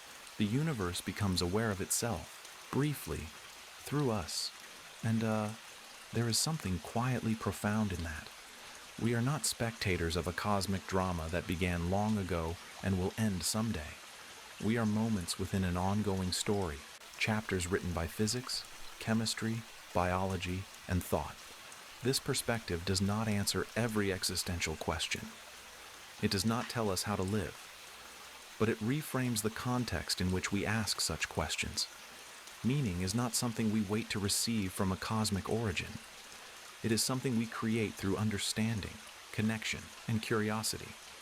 When we let go of the need for a single beginning, We also let go of the need for a final justification. The universe does not owe us an explanation in the form of an origin story. It offers us something else instead, a vast, coherent structure that can be explored, understood, and experienced. And perhaps that is enough. Perhaps the absence of an absolute beginning is not a loss, but an invitation to see existence not as a puzzle to be solved once and for all, but as a process to be engaged with continually. As we stand here, reflecting on meaning in a universe that may not have a beginning, our attention naturally turns back to ourselves, to our scale, our briefness, our place within this immense, possibly eternal reality.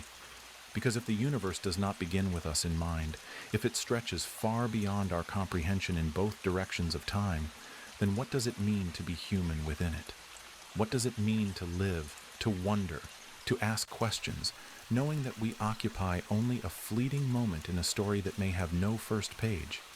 It is this question, deeply personal and quietly universal, that now begins to guide us onward, toward a reflection on humanity itself, on our smallness, our curiosity, and our remarkable ability to ask questions that reach all the way back to a beginning that may never have been. And so we come home, in a sense. After wandering through ideas that stretch far beyond galaxies and epochs, we find ourselves returning to the smallest scale that still matters to us, ourselves. Because every question we have asked about what came before the Big Bang, about cycles and bounces and quantum vacuums and endless inflation, has always carried a quieter question underneath. What does all of this mean for us, here, now, living inside one fleeting moment of a universe that may have no beginning at all? You see, from a human perspective, our lives feel long, decades of memories, choices, regrets, and hopes. But when placed against cosmic time, we are astonishingly brief. A single human lifetime is shorter than the blink of an eye compared to the age of stars, let alone the possible age of the universe itself. And that's the thing. If the universe truly has no absolute beginning, if it stretches far beyond what we can imagine into the past, then our existence occupies a vanishingly small slice of an immense continuum. At first, that realization can feel diminishing. It can make our concerns seem trivial, our struggles insignificant. But if you sit with it a little longer, something else emerges. In a universe so vast and ancient, the fact that complex beings can arise at all becomes extraordinary. We are not diminished by the scale of the cosmos. We are defined by it. We are made of matter that has been recycled through countless cosmic processes. Atoms forged in stars long dead. Energy shaped by laws that may have existed long before our universe took its present form. If the universe is older than we imagine, then the ingredients of our bodies may carry a history far deeper than any single Big Bang. We are not separate from cosmic history. We are one of its expressions. This perspective changes how we think about origins. The Big Bang may not be the beginning of everything, but it remains the beginning of our local story. It is the point from which our universe became structured enough to form stars, planets, chemistry, and eventually life. It is the chapter where the conditions for us were set, and that's enough. A story does not need to start at the first page of the book to be meaningful. If the universe existed before our Big Bang, then our story is nested within a larger one. We are part of a much older narrative, one that did not wait for us, but nevertheless produced us. And there is something quietly humbling and beautiful in that. We were not planned, we were permitted. The idea that the universe may be far older than we imagine also reframes human history. Our civilizations, which feel ancient to us, are unimaginably young on cosmic scales.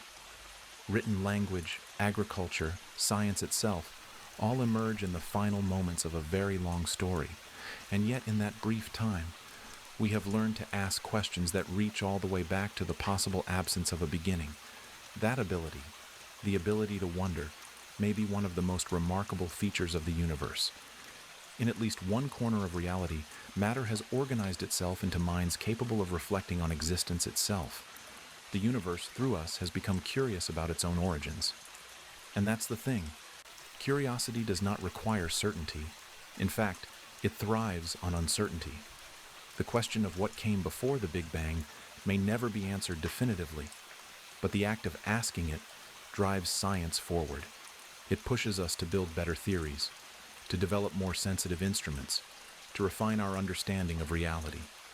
If the Big Bang is not the beginning of every story, then it teaches us an important lesson. Beginnings are contextual. They depend on perspective. For us, the Big Bang marks the start of everything we can observe. For the universe, it may be just one transition among many. Both views can be true simultaneously. This duality mirrors our own lives. Each of us has a beginning, birth. But we are born into a world that existed long before us. Our personal stories begin, but the larger story does not reset. We inherit it, we contribute to it, and then we pass it on. In that sense, the universe without a beginning feels strangely familiar. We already live inside processes that did not start with us and will not end with us. Language, culture, ecosystems, even life itself are ongoing phenomena. They do not require a single starting point to be meaningful. If curiosity is what propels science, then humility is what sustains it. The recognition that we may never know everything, that some questions may remain open, is not a weakness. It is an acknowledgement of the scale of the universe and the smallness of our vantage point within it. And, perhaps that humility is precisely what gives our search its dignity. We do not ask these questions because we expect easy answers. We ask them because they are worth asking. When we say that the Big Bang may not be the beginning of every story, we are not undermining science. We are extending it. We are recognizing that knowledge grows by questioning its own foundations. The question of before the Big Bang is not a failure of understanding. It is a sign that understanding has reached a new depth. For individuals, this cosmic perspective can reshape how we think about meaning. Meaning does not come from being central. It comes from being connected, from understanding that our brief existence participates in something far larger than itself. Our thoughts, our discoveries, our questions ripple outward. They may not change the universe, but they change our relationship to it, and that relationship matters. It is how the universe is known. The fact that the universe may not have a beginning does not rob life of purpose. If anything, it emphasizes how precious conscious moments are. In an endless or near endless reality, moments of awareness are rare, fleeting, and therefore valuable. There is a quiet poetry in this. The universe may be ancient beyond comprehension, but it still produces moments like this. A human mind, pausing, wondering where everything came from. That pause matters. As science continues to advance, new theories will emerge. Some will survive, others will fall away. Our picture of the universe will change again and again, but the questions that drive us will remain familiar. Where did we come from? What exists beyond what we can see? What does it mean to be here? In a universe that may not have a beginning, these questions do not lose their power. They gain it. They remind us that understanding is a process, not a destination. That answers are provisional. That curiosity is endless. And so we live in a universe that may be far older than we imagine, one where the Big Bang is not the first word, but a punctuation mark in a much longer sentence. We are brief readers of that sentence, glimpsing only a fragment. Yet even that fragment is enough to inspire wonder. Perhaps that is the quiet lesson hidden in all of this, that the value of asking what came before the Big Bang is not found in the final answer, but in the way the question reshapes our understanding of ourselves. Small, yes. Temporary, certainly, but capable of wonder. And in a universe that may never have begun, that capacity to wonder may be one of the most meaningful things of all. And so, almost without realizing it, we arrive at the final turn in this long, patient journey. Not an ending in the sense of closure, but a widening of perspective, where everything we have explored begins to settle into a quieter, deeper understanding. Because if there is one idea that has gently revealed itself again and again, it is this. The Big Bang may not be the absolute beginning, not the first whisper of existence, not the moment when everything sprang from nothingness, but a transition. A profound one, yes, but not necessarily the first page of reality's story. When we look back across everything we have considered, cycles and bounces, quantum space-time and restless vacuums, multiverses and eternal inflation, we see a pattern. The universe appears not as a fragile thing that needed a single miraculous spark to exist, but as something far more resilient. It may have existed in many forms, under many conditions, long before our particular cosmic chapter began. Expansion and contraction, order and disorder, classical structure emerging from quantum ambiguity. Again and again, reality reshaping itself. In this light, the Big Bang becomes something almost intimate. It is the moment our universe became readable, the moment when light could travel freely, when structure could form, when the conditions necessary for complexity, chemistry, biology, and eventually thought quietly fell into place. It is not diminished by losing its status as the absolute beginning. It is enriched. It becomes a meaningful threshold rather than a metaphysical miracle. The idea that the universe could have existed in many forms before our own challenges, the way we think about permanence. We tend to imagine existence as either on or off. Something exists or it does not. But modern physics paints a subtler picture. Existence may be a process, a continuous unfolding, capable of taking on radically different expressions while never truly vanishing. A universe that bounces does not die. A universe that cycles does not end. A universe that emerges from a quantum vacuum does not come from nothing in the philosophical sense. It arises from a deeper background, one that is itself dynamic, energetic, and law-governed. And that's the thing. This makes existence feel less precarious. Reality does not seem to balance on a knife edge. It appears robust, creative, and persistent. Science, in reaching these ideas, has not closed the book on cosmic origins. Quite the opposite. It has opened it wider than ever before. The question of what came before the Big Bang is no longer dismissed as meaningless. It is recognized as difficult, subtle, and deeply informative. Asking it forces us to examine the nature of time, causality, and existence itself. And, perhaps one of the most important insights to emerge from this exploration is that silence does not mean absence. The silence before the Big Bang, whatever that phrase ultimately means, is not necessarily emptiness. It may be filled with structure we do not yet understand, with processes beyond our current theories, with realities that leave only the faintest traces or none at all. This does not weaken science, it strengthens it, because science grows not by claiming final answers, but by identifying where its understanding fades into mystery. Each such boundary becomes an invitation, a place to build new ideas, new experiments, new ways of thinking. It is worth remembering that many of the concepts we now take for granted were once considered speculative or even absurd.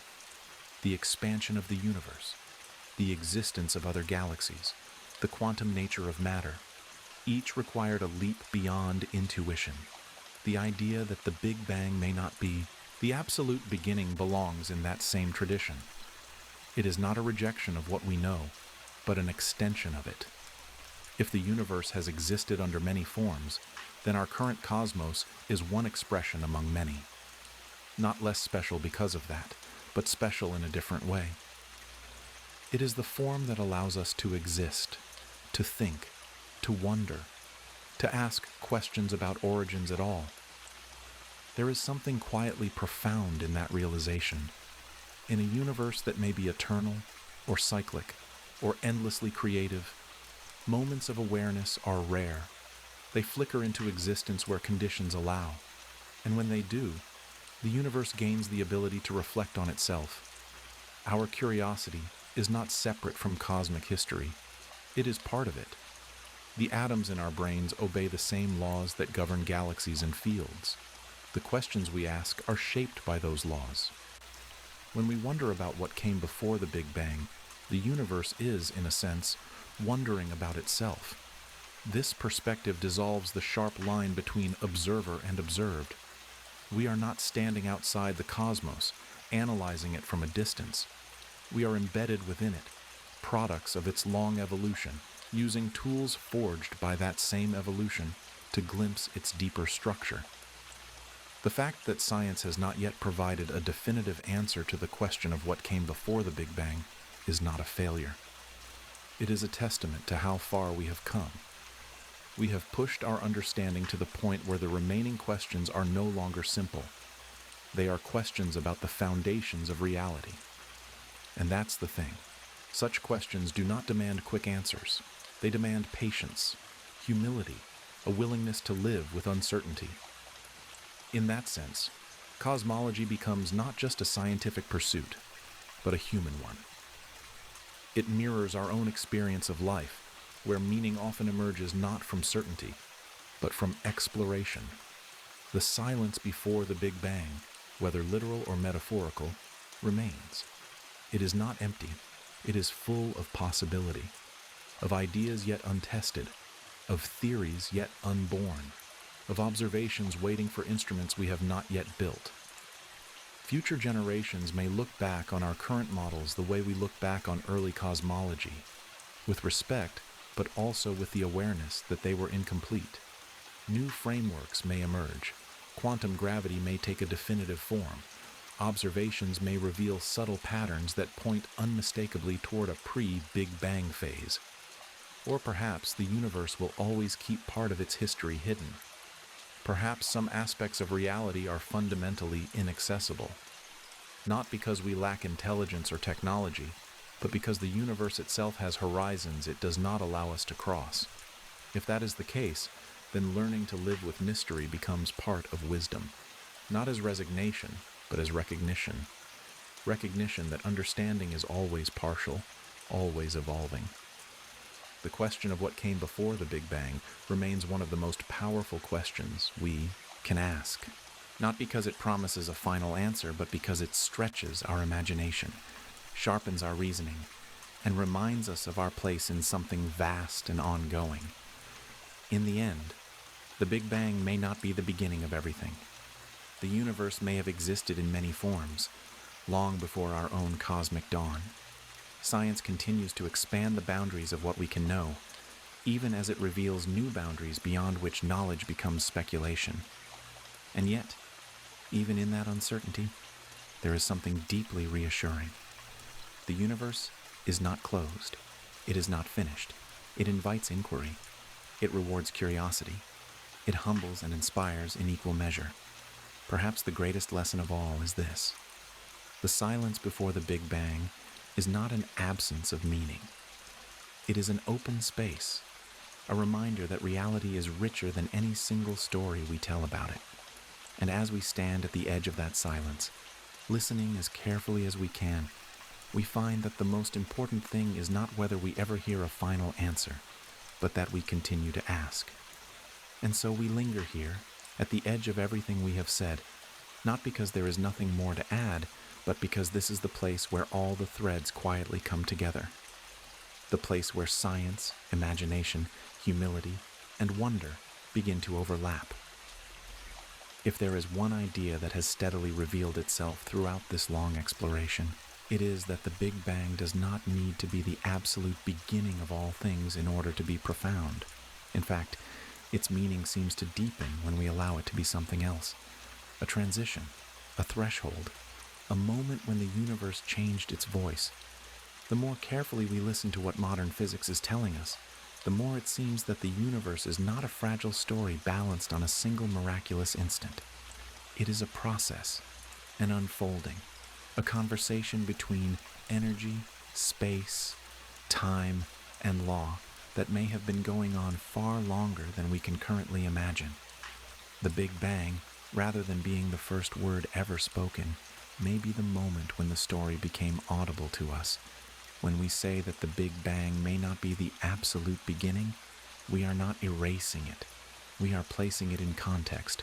We are acknowledging that the universe has a history that may extend beyond the limits of our current understanding, that there may have been phases before expansion, structures before space-time as we know it, patterns that came and went, leaving only faint traces, or none at all. This does not weaken science. It is science doing what it has always done at its best, following evidence where it leads, questioning assumptions that once felt secure, allowing the universe to surprise us. For a long time, the Big Bang was treated almost like a wall, a hard boundary beyond which questions were discouraged. What came before was said to be meaningless, but modern cosmology has softened that wall. It has revealed it as a horizon instead, a boundary of current knowledge, not of reality itself. And that distinction matters deeply, because horizons can be approached. They can be studied. Sometimes they can even be crossed, at least conceptually. What lies beyond may not be directly observable, but it can still shape what we see. The idea that the universe could have existed in many forms before our own invites us to rethink what existence means. It suggests that reality is not a static object, but a dynamic process capable of transformation without annihilation, expansion without creation from nothing, collapse without destruction into nothingness, change without erasure. In this view, the universe does not flicker on and off. It evolves.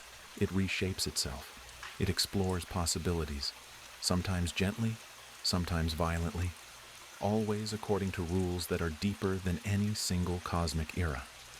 There is a quiet maturity in this picture of the cosmos. It replaces the drama of absolute beginnings and endings with the patience of continuity. It asks us to see existence not as a fragile exception, but as a resilient pattern. And, there is something emotionally resonant about that. We recognize it in our own lives. We are not created from nothing.